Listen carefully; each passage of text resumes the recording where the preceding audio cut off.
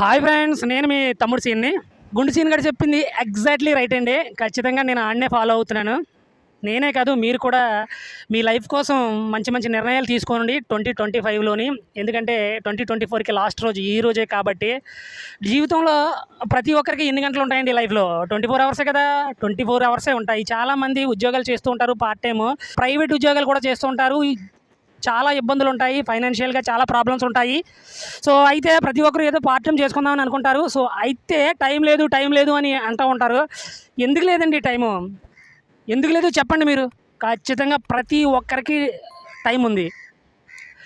ఒక 8 గంటలు పడుకోవడానికి కేటాయించేసిన నైటు, ఒక 8 గంటలు డ్యూటీ చేసుకోవడానికి కేటాయించేసిన ఇంకా 8 గంటల టైం ఉందండి.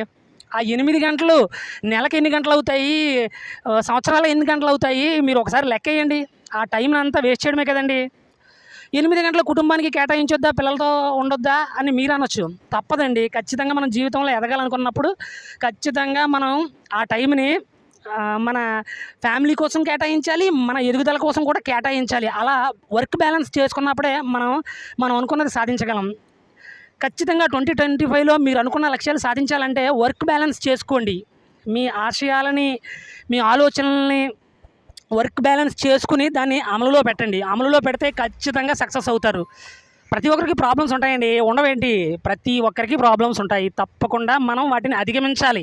2025లో చేసే ఫస్ట్ నిర్ణయం నాదే అండి. తప్పకుండానే ఖచ్చితంగా ఫాలో అవుతారని ఆశిస్తున్నాను.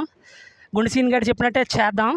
సో అలాగే మన క్రాక్ సీన్ గారు కూడా ఏం చెప్తాడో ఆలకిద్దాం.